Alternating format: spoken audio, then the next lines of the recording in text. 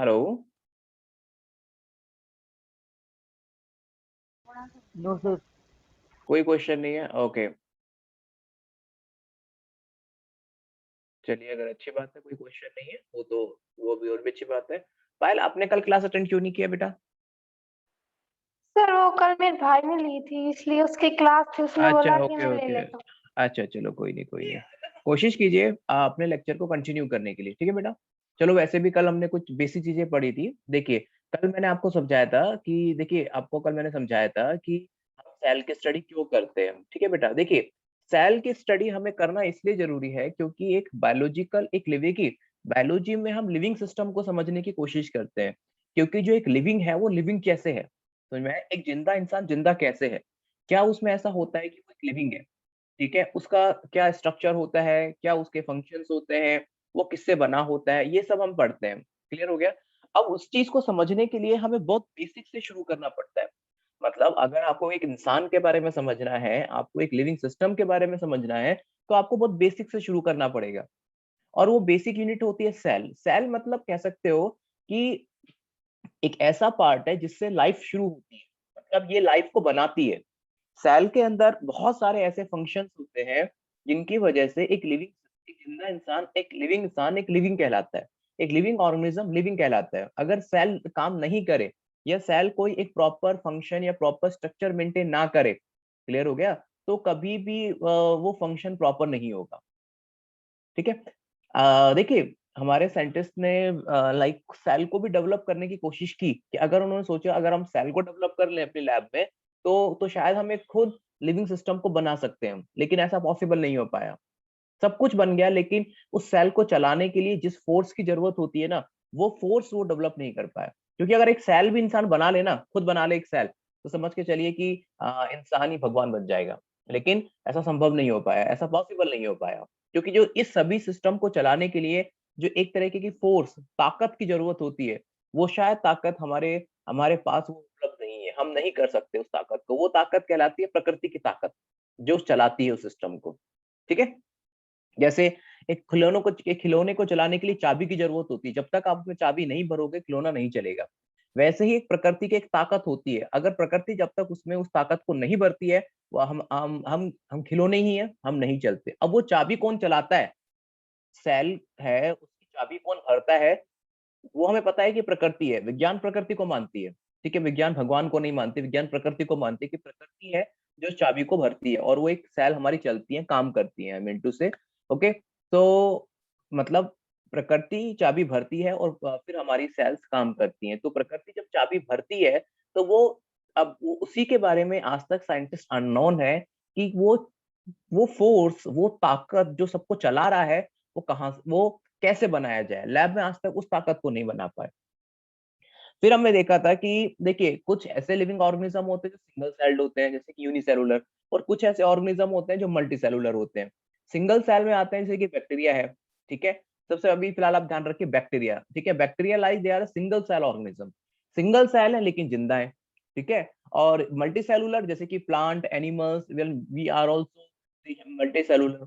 हम multi cellular होते हुए भी जिंदा है, बैक्टीरिया सिंगल सेल होते हुए भी जिंदा है। मतलब जिंदा रहने के लिए सेल्स का ज्यादा होना जरूरी नहीं है, सेल्स का होना जरूरी है। एक सेल देखिए, हमारी एक जो सेल्स बनी होती है ना, एक सेल, वो वैरायटी ऑफ बायोमोलिक्यूल से बनती है। जैसे सबसे पहले एटम होते हैं, एटम से बायोमोलिक्यूल्स बनते हैं, बायोमोलिक्यूल से सेल बनती है, ठीक है। मैं एक बार आपको बोर्ड पे ले चलता हूँ, आपको शायद वहां पे समझा पाऊँ अच्छे से। ओके, आई थिंक बोर्ड आपको विजिबल होगा। तो अगर आप यहाँ पे देखेंगे, ठीक है, अगर आप यहाँ पे देखेंगे, मैं आपको सिंपल बेसिक लैंग्वेज में लिखता हूँ, ठीक है। देखिए, जैसे कि आपने भी केमिस्ट्री में थोड़ा बहुत पढ़ा होगा, सबसे पहले आते हैं एटम्स। क्लियर हो गया? एटम के बाद आता है आपका, ठीक है, एटम है। एटम के बाद बनते हैं आपके क्या, एटम हो गया, एटम के बाद बनते हैं मॉलिक्यूल, ठीक है। एटम के बाद क्या बनते हैं? मॉलिक्यूल बनते हैं। क्लियर हो गया? और फिर मॉलिक्यूल के बाद में, अब वही जो मॉलिक्यूल्स होते हैं, वो सारे मॉलिक्यूल्स मिलकर क्या बनाते हैं? सेल बनाते हैं। क्लियर हो गया? अब ठीक है, तो मतलब देखिए, कहने का मतलब क्या है, सबसे पहले एटम आते हैं, ठीक है। एटम से क्या मिलता है? एटम बनेंगे, ओके, एक मिनट। ओके, एटम बनते हैं, एटम से मिलकर क्या बनता है? सबसे पहले एटम, फिर एटम से क्या बनते हैं, मॉलिक्यूल, और फिर मॉलिक्यूल से क्या बनते हैं, सेल। क्लियर हो गया। तो अब हम अगर हम मॉलिक्यूल्स की बात करें, तो जो मॉलिक्यूल एक लिविंग सिस्टम में होते हैं, जो मॉलिक्यूल एक लिविंग सिस्टम में होते हैं, उनको हम क्या कहते हैं, उनको हम कहते हैं बायोमोलिक्यूल, राइट। जो मॉलिक्यूल लिविंग सिस्टम में होती है, तो आपने भी पढ़ा होगा एटम से मॉलिक्यूल बने हैं, मॉलिक्यूल से लाइक आपके सिंबल्स बने हैं, फिर कंपाउंड्स बने हैं, तो इसी तरीके से चलते हैं।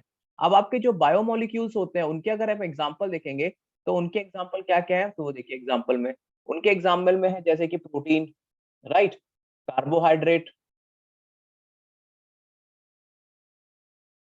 ठीक है, ओके, एंड लाइक लिपिड, तो they are like a biomolecules, और जिनको इन बायोमोलिक्यूल से मिलकर ही सेल बनती है। इन मॉलिक्यूल, ध्यान रखना, अगर आप पढ़ेंगे ना जब सेल का स्ट्रक्चर, तो आप देखेंगे पूरी सेल इन्हीं से बनी हुई है, प्रोटीन से, कार्बोहाइड्रेट से, लिपिड से बनी हुई है। अब मान के चलो कि देखिए, ये तो हमें पता है कि ये प्रोटीन, कार्बोहाइड्रेट, लिपिड, ये सारे बायोमोलिक्यूल, ये अकेले अलग अलग होते हैं, जब ये मिल जाते हैं तो मिलने पर सेल बनती है, ठीक है। और जैसे ही सेल बन जाती है, तो सेल सडनली, सेल जैसे ही बनती है, सेल लिविंग हो जाती है, इनके बनने पे सेल लिविंग हो जाती है। क्लियर हो गया। और अगर आप ये देखेंगे, जो प्रोटीन, कार्बोहाइड्रेट, लिपिड वगैरह है, ये सारे क्या है, ये आपने पढ़ा होगा प्रोटीन वगैरह के बारे में, तो ये सारे क्या है, नॉन लिविंग है। लेकिन जैसे ही ये मिलते हैं, एक फंक्शनली सेल काम करना शुरू कर देती है, जिसको हम लिविंग कहते हैं। मतलब सेल से आपकी लिविंग की कहानी शुरू होती है, फिर आपके एक सेल बनते हैं, ठीक है, फिर सेल से क्या बनते हैं, सेल आपके मिलती हैं, फिर सेल से टिश्यू बनते हैं। क्लियर हो गया। सेल से आपके टिश्यू बनते हैं, क्लियर है। फिर सेल से आपके जब टिश्यू बनते हैं, तो बहुत सारे टिश्यू मिलकर क्या बनाते हैं, बहुत सारे टिश्यू मिलकर ऑर्गन बनाते हैं, ओके। बहुत सारे टिश्यू मिलकर ऑर्गन बनाते हैं, फिर बहुत सारे ऑर्गन मिलकर एक ऑर्गन सिस्टम बनाते हैं, ठीक है, एक ऑर्गन सिस्टम बनता है। क्लियर हो गया। तो और फिर बहुत सारे ऑर्गन सिस्टम बनकर, ठीक है, अगर आप देखेंगे बहुत सारे ऑर्गन सिस्टम बनकर, बहुत सारे जब ऑर्गन सिस्टम बन जाते हैं, तो वो मिलकर क्या बनाते हैं, ह्यूमन बॉडी बनाते हैं। देखिए, अगर आप यहाँ पे देखेंगे, अगर हम अपने आप को यहाँ पे रख के देखें, अगर हम जनरली अगर अपने आप को यहाँ पर रख के आप देख रहे हो, हम देखते हैं कि हम ह्यूमन बॉडी अपने आप को रख के देखते हैं, ठीक है। तो मतलब हम क्या, ऑर्गन सिस्टम से बने हुए हैं। ऑर्गन सिस्टम जैसे कि डाइजेस्टिव सिस्टम है, एक्सक्रीटरी सिस्टम है, ओके, और हम बात करें लाइक रेस्पिरेटरी सिस्टम है, ठीक है, ब्लड सर्कुलेशन सिस्टम है, हार्ट हार्ट सिस्टम है, ऐसे बहुत सारे सिस्टम बने हुए, स्केलेटन सिस्टम है, मस्कुलर सिस्टम है, तो बहुत सारे सिस्टम से मिलकर हमारी बॉडी बनती है। हर एक सिस्टम ऑर्गन से बने हुए हैं। जैसे कि अगर हम बात करें कि जो एक्सक्रीटरी सिस्टम है, इसमें किडनी आती है, सबसे इंपॉर्टेंट लाइक ऑर्गन है। रेस्पिरेटरी सिस्टम में लंग्स आते हैं, वो एक इंपॉर्टेंट ऑर्गन है। डाइजेस्टिव सिस्टम के अंदर आपकी इंटेस्टाइन्स आती है, स्टमक आता है, ठीक है, रेक्टम आता है, ओके, और लाइक अब इसोफेगस होती है, तो वैरायटी ऑफ ऑर्गन्स लाइक उसमें आते हैं। हर ऑर्गन किससे बना हुआ है, हर ऑर्गन एक टिश्यू से बना हुआ है, ठीक है। अब एक ऑर्गन से क्या है, हर एक ऑर्गन, जैसे कि हम स्टमक की बात करें, लंग्स की बात करें, तो हर एक लंग्स टिश्यू से बना होता है, ठीक है। अब एक जो टिश्यू होता है, वो सेल से बना होता है, ठीक है। हर एक टिश्यू सेल से बना होता है, तो एक सेम काइंड ऑफ सेल्स जो कि फंक्शनली सेम होती है, वो टिश्यू बनाती है, ओ सॉरी, टिश्यू बनाती है। तो मतलब आपकी, और जब सेल होती है, वो सबसे लिविंग पॉइंट, लिविंग स्ट्रक्चर है। मतलब कहने का मतलब क्या है कि सेल, देखिए, मतलब सेल काम करती है जब आपका टिश्यू काम करता है, टिश्यू काम करता है तो ऑर्गन काम करता है, ऑर्गन काम करता है तो ऑर्गन सिस्टम काम करते हैं, और ऑर्गन सिस्टम काम करते हैं तो ह्यूमन काम करता है। तो मतलब सबसे बेसिक शुरुआत कहाँ से होती है, सेल से शुरुआत होती है। सबसे बेसिक शुरुआत सेल से होती है। अगर सेल में कोई भी कोई लाइक फॉर एन एग्जांपल कोई भी इंफेक्शन है, या सेल में कोई सेल को डिफेक्टिव है, तो आपका अगर कोई सेल डिफेक्टिव होगी, जैसे कि फॉर एन एग्जांपल, अब एग्जांपल दें, कोरोना वायरस का एग्जांपल दें। कोरोना वायरस क्या करता है, लंग्स की जो सेल्स होती हैं, जिसको हम एल्वेओलाई सेल्स कहते हैं, उनको इन्फेक्ट करता है। तो लंग्स की जैसे सेल इन्फेक्ट होती है, तो टिश्यू इन्फेक्ट होता है, टिश्यू इन्फेक्ट होने से ऑर्गन इन्फेक्ट होता है, तो लंग्स में इन्फेक्शन फैल जाता है, लंग्स में इन्फेक्शन फैलता है, तो ऑर्गन सिस्टम, इन पूरा पूरा का पूरा जो ऑर्गन सिस्टम है, मतलब रेस्पिरेटरी सिस्टम, फेल कर जाता है। जब पूरा का पूरा रेस्पिरेटरी सिस्टम फेल करता है, तो हर एक सिस्टम एक दूसरे से जुड़ा हुआ है, ठीक है। एक रेस्पिरेटरी सिस्टम फेल करेगा, तो डाइजेस्टिव सिस्टम भी फेल होगा, डाइजेस्टिव सिस्टम फेल होगा तो एक्सक्रीटरी सिस्टम फेल होगा, ब्लड सर्कुलेशन सिस्टम फेल होगा, और जब सारे सिस्टम फेल हो जाएंगे, तो ह्यूमन बॉडी भी काम करना बंद कर देती है और उसकी डेथ हो जाती है। तो मतलब शुरुआत कहां से हुई, सेल से हुई। हर चीज की शुरुआत सेल से है।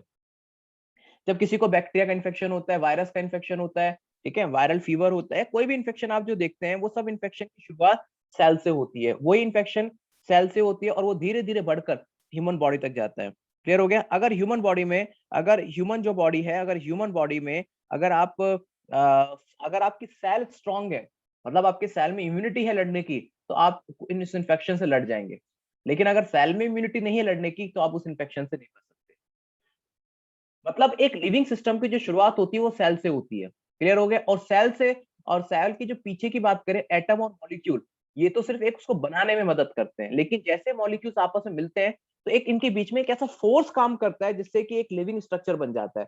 क्योंकि प्रोटीन, कार्बोहाइड्रेट, लिपिड, ये नॉन लिविंग है, ये तो सिर्फ एक तरह के कंपाउंड है, एक केमिकल कंपाउंड है, लेकिन जैसे ये मिलते हैं, मिलने के साथ में इनमें एक ऐसा वाइटल फोर्स जनरेट होता है, एक ऐसी ताकत इनके अंदर आती है कि तीनों मिलकर एक लिविंग सिस्टम को बना देते हैं।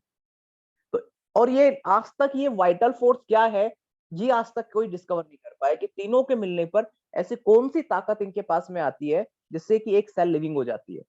ठीक है, 3-4 नॉन लिविंग चीजें मिलकर कैसे एक लिविंग सिस्टम को बना देती हैं, आज तक इस चीज के बारे में कोई नहीं समझ पाया।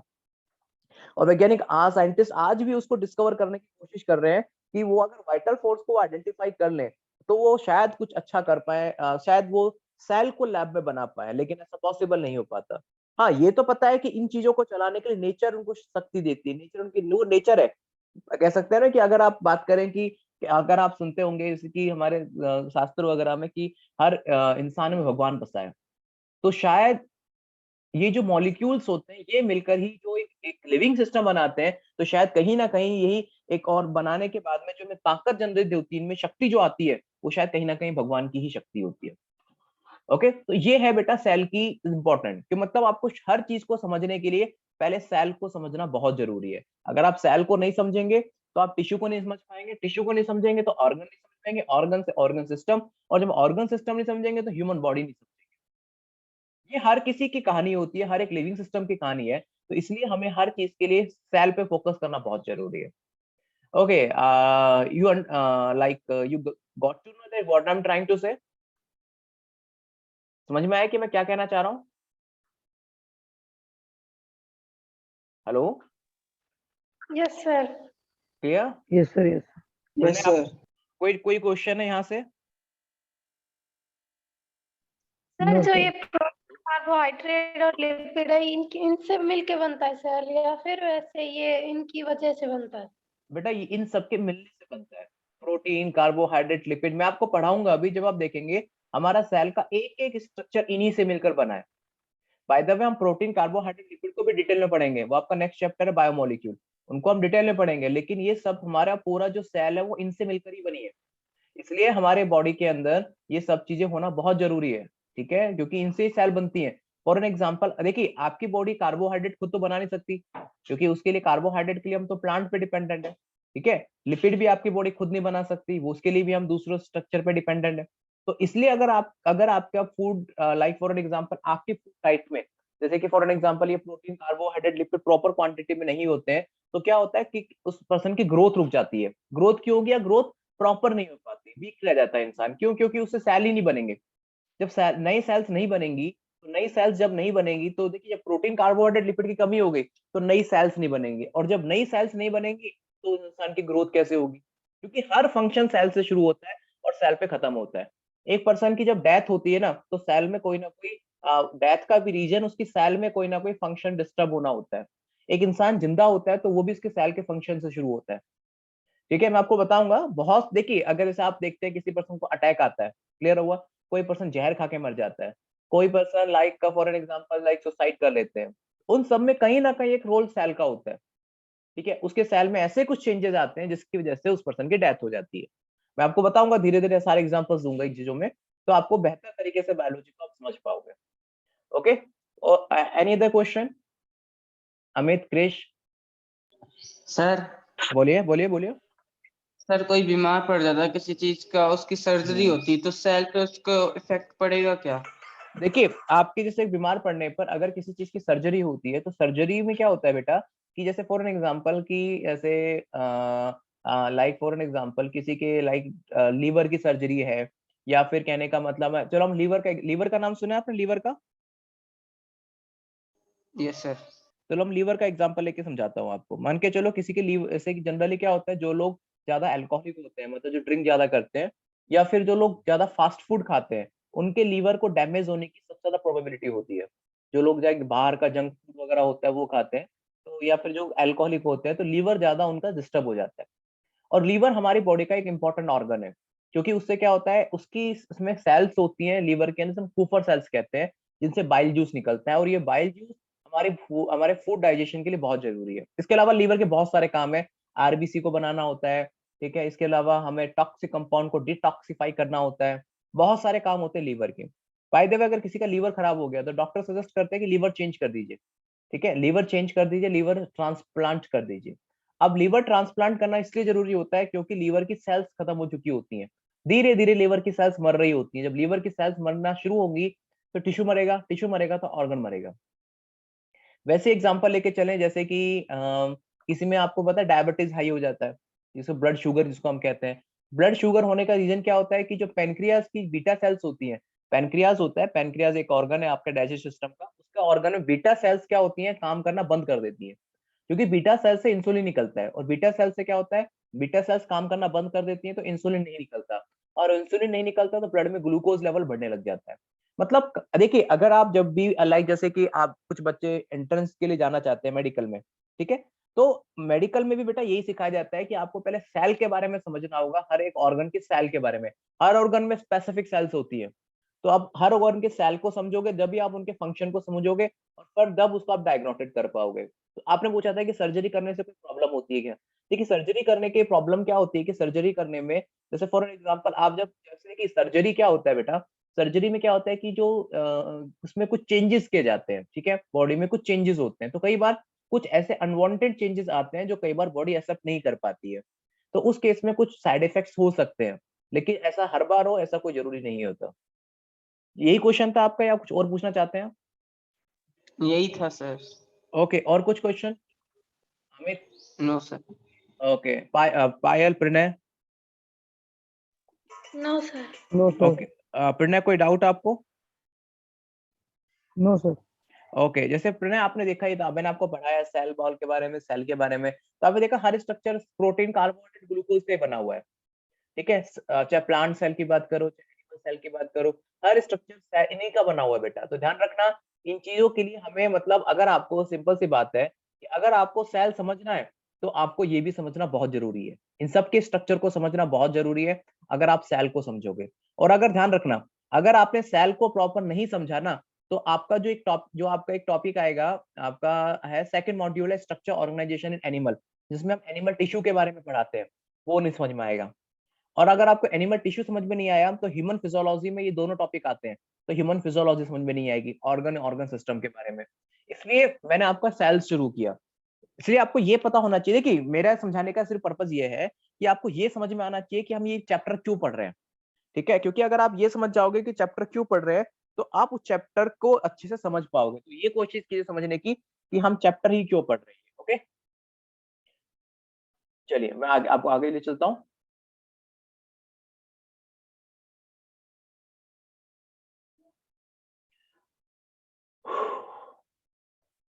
ओके, फिर मैंने आपको बताया था कि यूनिसेलुलर ऑर्गेनिज्म क्या होता है, उनका इंडिपेंडेंट एग्जिस्टेंस होता है, performing the essential functions of life.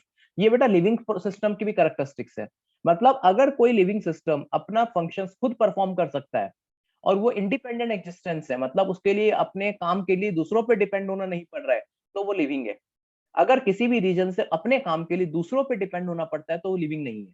जैसे कि प्रणय, आपने कल पूछा था कि वायरस जो होता है, वायरस को लिविंग नहीं मानते, क्यों? क्योंकि वायरस हमारी बॉडी से जब तक बाहर है वो नॉन लिविंग है, जैसे बॉडी के अंदर जाता है तो लिविंग हो जाता है। क्लियर हो गया? क्यों लिविंग हो जाता है? क्योंकि बेटा वायरस में खुद के फंक्शन परफॉर्म करने के लिए खुद की मशीनरी और खुद के पास खुद का मटेरियल नहीं है, उसको दूसरों पे डिपेंड होना पड़ता है, और ये लिविंग सिस्टम के कैरेक्टरिस्टिक नहीं है, इसलिए वायरस को नॉन लिविंग माना जाता है। क्लियर हो गया? ओके, अब आता है एनीथिंग लेस देन, मतलब एनीथिंग लेस देन,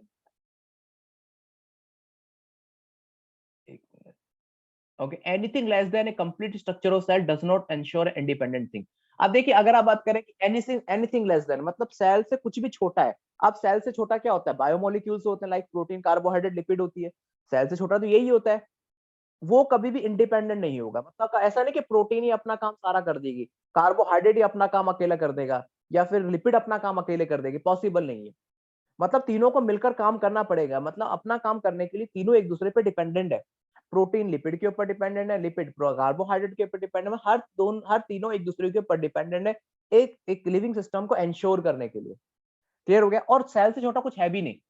मतलब सेल से छोटा कुछ है भी नहीं। अगर कोई सेल से छोटा है तो वो लिविंग नहीं है। अगर कोई सेल से हम बात करें, क्योंकि सेल से कोई छोटा है कोई, अगर कोई सेल से छोटा बायोमोलिक्यूल्स होते हैं, तो अगर सेल से छोटा बायोमोलिक्यूल्स है तो मतलब सेल वो लिविंग नहीं है। इसलिए सेल क्या होता है, एक लिविंग ऑर्गेनिज्म की फंडामेंटल और स्ट्रक्चरल यूनिट होती है। मतलब फंडामेंटल और sorry functional unit, sorry functional का मतलब होता है कि, और स्ट्रक्चर दोनों अलग अलग वर्ड है। स्ट्रक्चर मतलब उसकी स्ट्रक्चर को मेंटेन किया जाता है, मतलब स्ट्रक्चर बनाया जाता है। और फंक्शन का मतलब क्या होता है कि फंक्शंस मतलब काम करने के लिए। स्ट्रक्चर मतलब उस बॉडी का पूरा स्ट्रक्चर। आज आपकी बॉडी का जो स्ट्रक्चर है वो इस सेल की वजह से है। क्योंकि सेल अपने आप को इस तरीके से ओरिएंटेड करती है कि आपके बॉडी का स्ट्रक्चर बने, और वो इस तरीके से काम करते हैं कि आपके बॉडी के फंक्शंस हो। ठीक है? आप जो भी लेते हो बेटा, सांस लेते हो, लाइक अपने वेस्ट मटेरियल को बाहर निकालते हो, खाना पचाते हो, हर चीज सेल की वजह से होती है। ठीक है? जब हम पढ़ेंगे ना, जब फिजियोलॉजी, उस वक्त आपको सेल के इंपॉर्टेंट चीजों के बारे में समझाएगा, सेल कितना बेहतर तरीके से काम करती है। आपकी बॉडी में जो हॉर्मोन्स निकलते हैं, पढ़ा होगा आपने, पिट्यूटरी हार्मोन, थायराइड हार्मोन। ठीक है? ये सारे हार्मोन्स हैं क्या बेटा? ये भी तो सेल ही निकालती है। ठीक है? ये सब सेल ही निकालती है हार्मोन। जैसे आपकी जो स्वेट, आपकी जो पसीने आते हैं, स्वेटिंग होती है, तो ये भी तो बेटा स्वेटिंग जो होती है, ये भी तो बेटा क्या नाम है, सेल ही निकालती है। सलाइवा बनता है माउथ के अंदर, तो सलाइवा कौन बनाता है? ये भी तो बेटा सेल ही निकालता है। टीयर्स जो होते हैं वो कौन बनाता है? वो भी सेल ही बनाता है।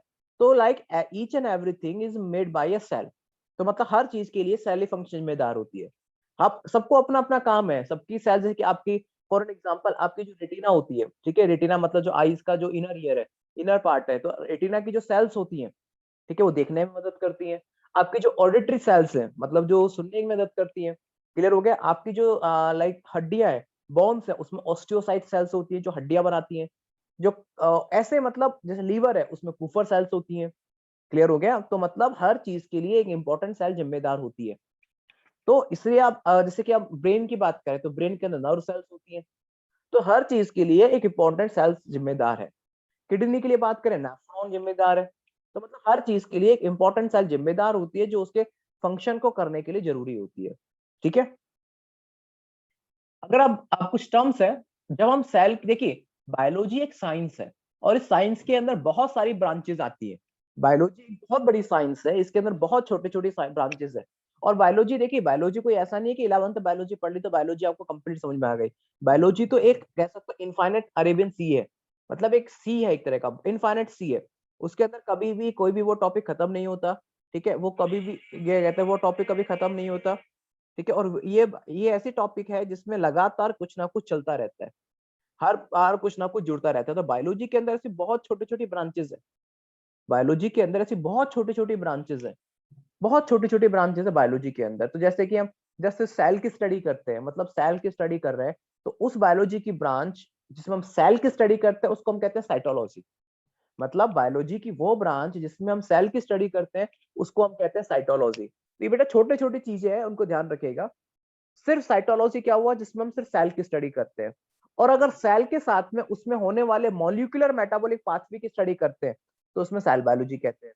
अब देखिए, हमसे सेल की स्टडी करने का मतलब क्या होता है। सेल की स्टडी करने का मतलब है हम सेल के स्ट्रक्चर की स्टडी करते हैं। सेल के अंदर क्या क्या होते हैं, सेल ऑर्गेनल्स होते हैं, जैसे माइटोकॉन्ड्रिया है, क्लोरोप्लास्ट है, गोल्जी बॉडी है, एंडोप्लाज्मिक रेटिकुलम है, राइबोसोम है, वैरायटी ऑफ स्ट्रक्चर है, डीएनए है, आरएनए है, न्यूक्लियस है, क्रोमोसोम्स है। तो उन सब की स्टडी करना सेल कहलाता है, सॉरी साइटोलॉजी कहलाता है। लेकिन जब वो हर एक, देखिए जैसे फॉर एन एग्जांपल माइटोकॉन्ड्रिया का काम क्या होता है, रेस्पिरेशन में उसका काम होता है। क्लोरोप्लास्ट का काम क्या होता है, फोटोसिंथेसिस करना। ठीक है? राइबोसोम का काम क्या होता है, प्रोटीन बनाना। तो हर एक सेल ऑर्गन का अपना अपना स्पेसिफिक फंक्शन है। जब आप उनके स्पेसिफिक फंक्शन की स्टडी करते हो, तो सेल बायोलॉजी कहलाता है। अब यहाँ लिखा है मॉलिक्यूलर मेटाबॉलिक पाथवे क्या होता है। मॉलिक्यूलर मेटाबॉलिक पाथवे क्या होता है, पहला वाला मेटाबॉलिक पाथवे समझिए। मेटाबॉलिक पाथवे में दो तरीके के पाथवे आते हैं। मेटाबॉलिक पाथवे में दो तरीके के पाथवे आते हैं। पहला पाथवे जिसमें नए कंपाउंड बनते हैं, और दूसरा पाथवे जिसमें नए कंपाउंड टूटते हैं। मतलब कहने का मतलब है, अगर आपकी बॉडी में फॉर एन एग्जांपल कोई नया कंपाउंड बन रहा है, ठीक है, तो उसको हम कहते हैं एनाबॉलिज्म। और कोई नया जो कंपाउंड टूटकर आपको एनर्जी दे रहा है उसको कहते हैं कैटाबॉलिक। तो एनाबॉलिज्म प्लस कैटाबॉलिज्म दोनों मिलकर क्या बनाते हैं, मेटाबॉलिज्म। मतलब जब हम मेटाबॉलिज्म की जो स्टडी करते हैं, मतलब सेल के अंदर मेटाबॉलिज्म चलता है, नए देखिए कि हर हमारी बॉडी के अंदर डेली नए कंपाउंड टूटते हैं और नए कंपाउंड बनते हैं, इस सिस्टम में बनाने का मतलब सेल हमारी बॉडी को बैलेंस करती है, कैसे कंपाउंड तोड़ेगी और नए कंपाउंड बनाएगी। क्यों, अगर सोचिए अगर वो कंपाउंड से तोड़ेगी तोड़ेगी तो हमारी बॉडी तो वीक रह जाएगी, तो इसलिए कंपाउंड को बनाना भी पड़ता है साथ साथ। जैसे फॉर एन एग्जांपल हम जब खाना खाते हैं तो खाना खा के क्या होता है, हम ग्लूकोज को लेते हैं जनरली, तो ग्लूकोज को बॉडी तोड़ती है और उससे एटीपी बाहर निकालती है, मतलब एनर्जी बाहर निकालती है। ओके, अब अगर लगातार ऐसे बॉडी कंपाउंड को तोड़ती रहेगी तो बॉडी वीक पड़ जाएगी, इसलिए क्या होता है वो साथ साथ नए नए कंपाउंड से बनाती रहती है, जिससे क्या बैलेंस बना रहे। वरना ऐसा होगा कि अगर मान के चलो सिर्फ तोड़ेगी तोड़ेगी तो बॉडी वीक पड़ जाएगी, और अगर मान के चलो सिर्फ जोड़ेगी जोड़ेगी तोड़ेगी कुछ नहीं तो एनर्जी नहीं मिलेगी, तो एक इंसान फैटी हो जाएगा। तो बैलेंस करना बहुत जरूरी है ताकि बॉडी चलती रहे हमेशा, रुके ना किसी भी कारण से, किसी भी रीजन से। तो उन दोनों की स्टडी कहलाता है मेटाबॉलिक, और ये दोनों काम सेल के अंदर होते हैं। मतलब कंपाउंड टूटते भी सेल के अंदर है, कंपाउंड बनते भी सेल के अंदर है। क्लियर हो गया? बनते भी सेल के अंदर है और टूटते भी सेल के अंदर है, तो इन दोनों की स्टडी कहलाता है मेटाबॉलिक। ओके, और जब हम सेल ऑर्गेनल्स प्लस उसमें मेटाबॉलिक पाथवे की स्टडी करते हैं तो that is called the cell biology, उसको हम सेल बायोलॉजी कहते हैं। ठीक है, मतलब सेल बायोलॉजी क्या हो गया, अ, जिसके अंदर हम सेल के बारे में और सेल में होने वाले फंक्शंस के बारे में पढ़ते हैं शॉर्ट फॉर्म में। तो वो क्या कहलाता है, उसको हम क्या कहते हैं, वो कहलाता है आपका सिंपल फॉर्म में वो कहलाता है सेल बायोलॉजी। क्लियर हो गया? अब आता है सेल क्या है। सेल एक लैटिन वर्ड है।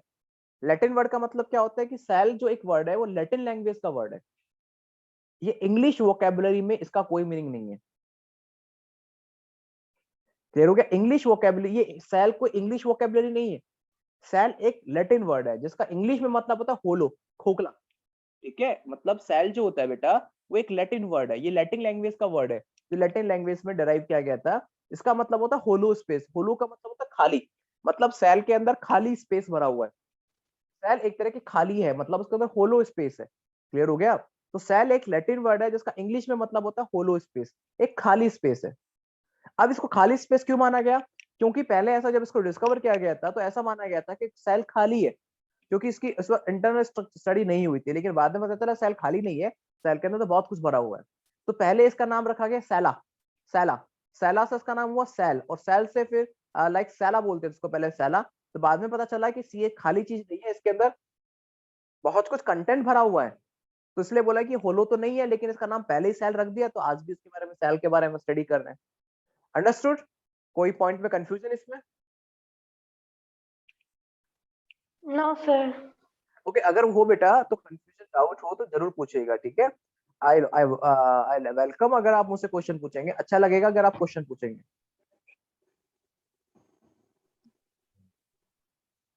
ठीक है, आप जितना क्वेश्चन पूछेंगे उतना बेटर रहेगा, और मुझे भी अच्छा लगेगा कि आप क्वेश्चन पूछेंगे। ठीक है? Okay sir. ओके, अब आता है कि अब हम कुछ साइंटिस्ट की स्टडी करते हैं वन बाय वन। ठीक है, अब कुछ एमिनेंट साइंटिस्ट हैं इसके अंदर। एमिनेंट साइंटिस्ट मतलब जिन्होंने सेल बायोलॉजी में अपना एक बहुत बड़ा कंट्रीब्यूशन दिया आज के टाइम पर।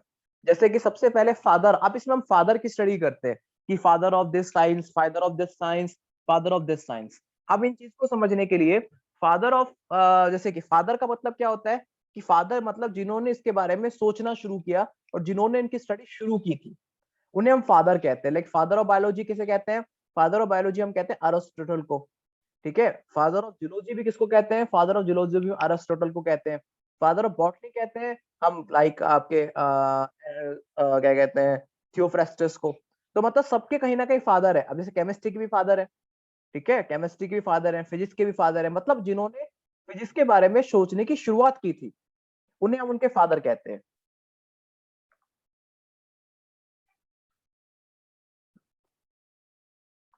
ठीक है, जैसे कि father of cytology, father of cytology मतलब होता है जहां जिन्होंने साइटोलॉजी के बारे में सोचने की कोशिश की, मतलब जिन्होंने सेल की स्टडी की शुरुआत की, उसे हम कहते हैं रॉबर्ट हुक। रॉबर्ट हुक एक साइंटिस्ट है जिन्होंने सेल के बारे में सोचा कि सेल क्या होती है, मतलब जिन्होंने सेल की स्टडी शुरू की। फादर ऑफ मॉडर्न साइटोलॉजी उसे क्या, उनको है स्वानसन।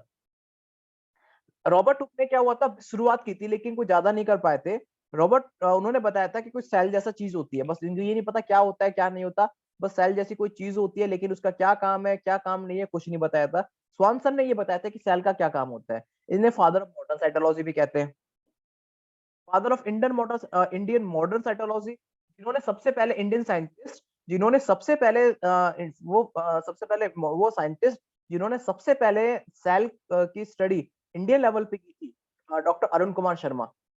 Okay, doctor Arun Kumar Sharma, he is the Indian modern cytology, मतलब फादर है क्योंकि जिन्होंने इंडिया में शुरुआत की थी सेल की स्टडी करने की। First time dead cell observe, मतलब सबसे पहले सेल को ऑब्जर्व किया था, डेड सेल को, रॉबर्ट हुक ने 1665 में। सबसे पहले रॉबर्ट हुक ने डेड सेल को ऑब्जर्व किया था, ठीक है, इसलिए रॉबर्ट हुक को ही फादर ऑफ साइटोलॉजी कहा जाता है, क्योंकि सबसे पहले जो सबसे पहले सेल की जो डिस्कवरी की थी वो रॉबर्ट हुक ने की थी, लेकिन अनफॉर्चुनेटली वो सेल डेड थी, ठीक है। लेकिन ये नहीं बता पाए थे रॉबर्ट हुक कि ये सेल करता क्या है, बस उन्होंने स्टडी किया, उससे कोई मतलब नहीं था उसके आगे की कहानी।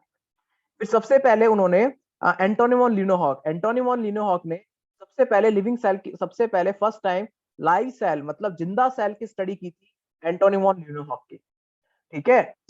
रॉबर्ट हुक तो जो थे उन्होंने सबसे पहले डेड सेल की स्टडी की थी, एंटोनी वॉन लीनोहॉक ने सबसे पहले लाइव सेल मतलब जिंदा सेल के बारे में देखा था, ठीक है, सेल मतलब लिविंग थी। और एंटोनी वॉन लीनोहॉक कोई साइंटिस्ट नहीं थे, he was a watch mechanic, मतलब घड़ी को रिपेयर करते थे। बट इनके इनके दिमाग में था एक फितूर कि कुछ नया करने की कोशिश करते थे हमेशा, और उसी नया करने की कोशिश में उन्होंने एक बहुत नए नए चीजों की डिस्कवरी की। और आज इसलिए इनको उनको बाद में साइंटिस्ट की क्या कहते हैं, उनको साइंटिस्ट को खिताब दिया गया, उनको पहले साइंटिस्ट नहीं थे। Robert Hooke well known scientist थे, पहले से बहुत पुराने साइंटिस्ट थे, तो उन्होंने तो जो उनके पास माइंड था उन्होंने यूज किया। Antonie van Leeuwenhoek, he was not a scientist but the behaviour is was like a scientist. Okay, तो ये ध्यान रखना कुछ नेम। अब सबसे पहले कुछ रॉबर्ट हुक की स्टडी करने से पहले कि लाइक कि कौन से क्या क्या किस कैसे स्टडी किया, अब आगे पढ़ने से पहले आपको कोई डाउट है, आप कुछ पूछना चाहते हैं तो पहले पूछिए।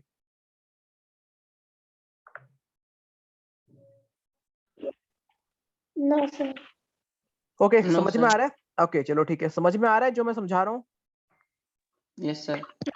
कंफर्म बेटा, अगर नहीं है तो प्लीज बोल देना, ऐसा नहीं कि आप रुक जाओ। हेलो, यस सर, आ रहा है समझ में। आ रहा है ना? बस ठीक है, अगर नहीं है तो बेटा पूछ लेना, शर्माना नहीं है ना एजिटेशन रखना है, ठीक है, आराम से पूछना। ओके सर ओके चलिए, ओके माइक ऑफ कर दीजिएगा प्लीज। चलिए अब आता है कि रॉबर्ट हुक की स्टडी क्या थी। रॉबर्ट हुक, देखिए रॉबर्ट हुक ने सबसे पहले कॉर्क में डेड सेल को ऑब्जर्व किया था। देखिए रॉबर्ट हुक एक साइंटिस्ट थे, he was a well known scientist, और 1665 में उन्होंने क्या किया था, उन्होंने खुद का माइक्रोस्कोप बनाया था। देखिए पहले कोई माइक्रोस्कोप नहीं थे, आज के टाइम पे तो बेटा हमारे पास ऐसे ऐसे माइक्रोस्कोप है कि हम बहुत कुछ देख सकते हैं, हम एटम तक पहुंच गए, हमने बहुत माइनर स्टडी तक आज कर ली है। आज हमारे पास ऐसे ऐसे माइक्रोस्कोप हैं जो 1 लाख 2 लाख 10 लाख जूम तक किसी भी स्ट्रक्चर को इतना ज्यादा एनहांस करके दिखा सकते हैं, और विद वेरी गुड रिजोल्यूशन। लेकिन पहले कुछ थे नहीं बेटा। 1665 मतलब 400 साल पहले ऐसे कोई प्रॉपर माइक्रोस्कोप नहीं थे। अब रॉबर्ट हुक की अगर आप फोटो आपके सामने है ही, रॉबर्ट हुक ने सबसे पहले क्या किया था, रॉबर्ट हुक ने अपना खुद का माइक्रोस्कोप बनाया था, ठीक है, टूल्स वगैरह को जोड़कर खुद का एक माइक्रोस्कोप बनाया। और माइक्रोस्कोप को बनाने के बाद में उन्होंने कोशिश की थी जानने की, जो कॉर्क कॉर्क का मतलब होता है, आपने देखा होगा कि कई बार क्या जो बोतल होती है उसमें कॉर्क का ढक्कन लगाया जाता है, रबड़ का एक कॉर्क आता था पहले, अब तो मार्केट में बंद हो गया। पहले क्या ढक्कन में क्या होता है, रबड़ का कॉर्क लगाते थे। वो रबड़ का जो कॉर्क होता था ना, ये एयर टाइट होता था और वाटर टाइट होता था, मतलब वाटर बाहर नहीं जा सकता और एयर अंदर नहीं आ सकती। तो लाइक इस तरह से उन्होंने कॉर्क को पहले यूज किया जाता था, अब तो यूज नहीं किया जाता, अब तो ढक्कन आ गया वैसे प्लास्टिक के, पहले कॉर्क यूज किया जाता था। और कॉर्क ये निकाला जाता कॉर्क कैम्बियम से। कॉर्क कैम्बियम ध्यान रखना एक प्लांट का एक पार्ट होता है, हम पढ़ेंगे प्लांट एनाटॉमी में कॉर्क कैम्बियम से। उन्होंने क्या हुआ, कॉर्क लिया, रबड़ का पहले कॉर्क आता है, ढक्कन आता था, अगर आपने देखा हो कभी, पहले बोतल के ऊपर ढक्कन लगाते थे कॉर्क का, ठीक है, अब तो काफी हद तक बंद हो गए ढक्कन कॉर्क के, पहले लगाते थे।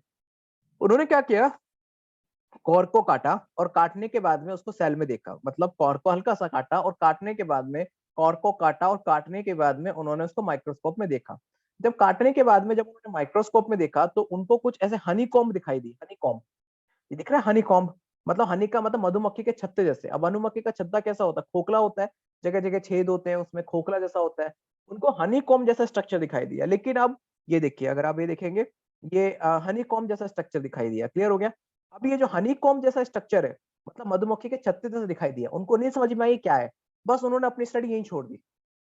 उन्होंने अपनी स्टडी यहीं छोड़ दी कि उन्होंने समझ में नहीं आया क्या है, क्योंकि उस वक्त बेटा ऐसा कुछ था नहीं सोचने के लिए, और ऐसा कोई माइक्रोस्कोप नहीं थे कि हम और डिटेल स्टडी कर सकें। आज तो है हमारे पास। ओके, लेकिन ये उनको ये भी नहीं पता था ये सेल है, उनको नहीं पता था कि ये सेल है क्या है, उनको नहीं पता था। उन्होंने सिर्फ एक स्ट्रक्चर देखा था और जिन्होंने बोला तो हनी कॉम्ब जैसा है कुछ, मतलब मधुमक्खी के छत्ते के जैसा स्ट्रक्चर है, रियल नहीं। अब इनको ये नहीं पता था क्या है। ठीक है बेटा, आज आपका जो 40 मिनट का टाइम पीरियड पूरा हो गया है, तो मैं आगे तो नहीं पढ़ा पाऊंगा क्योंकि कभी भी हमारा लेक्चर ओवर हो सकता है। कल हम आगे के बारे में पढ़ेंगे, डेड सेल के बाद हम कैसे लिविंग सेल की हमने स्टडी की, कल मैं आपको आगे की बातें बताऊंगा। ओके, तो अभी बेटा हमारा लेक्चर ओवर करना होगा। अगर अभी भी कोई डाउट है आपको तो आप मुझसे पूछ लेना, व्हाट्सएप पे पूछ लेना, लेकिन मुझे भी अपना लेक्चर ओवर करना होगा क्योंकि जूम का 40 मिनट का टाइम होता है वो खत्म हो गया है। ठीक है, चलिए बेटा, thank you, thank you so much. अभी आप जा सकते हो। Okay sir, thank you. Thank you sir, thank you sir. Okay, welcome, thank you sir. Welcome, welcome.